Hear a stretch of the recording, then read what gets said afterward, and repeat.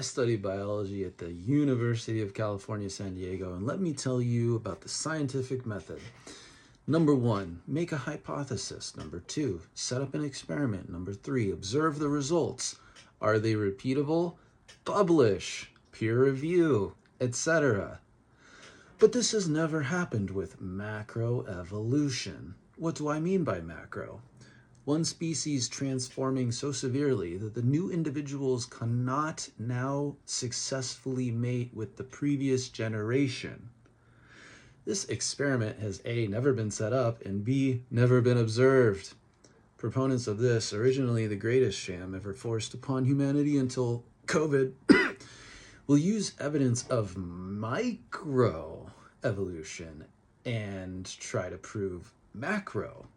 For example, Darwin observing physical differences in finches on islands versus the mainland, size of the beak, that kind of stuff. But guess what? Island finches can still mate with mainland ones.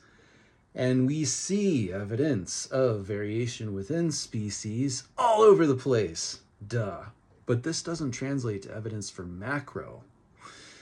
Well, we've never seen it, so let's turn to the fossil record and present so-called archaeological evidence.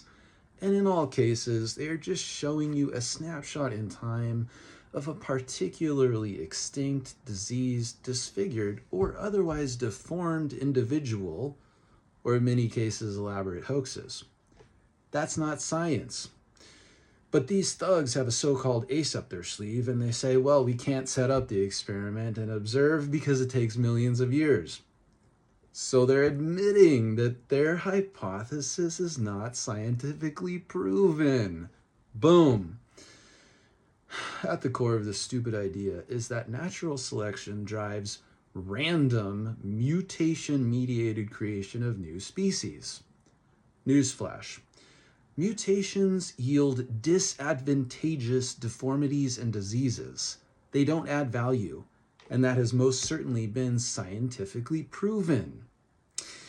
And what we've always observed since the dawn of humanity is that every species on this planet is very carefully conserved. A man, an ape, an ant, and your mom has always been such. This is just a ridiculous diversion from the truth.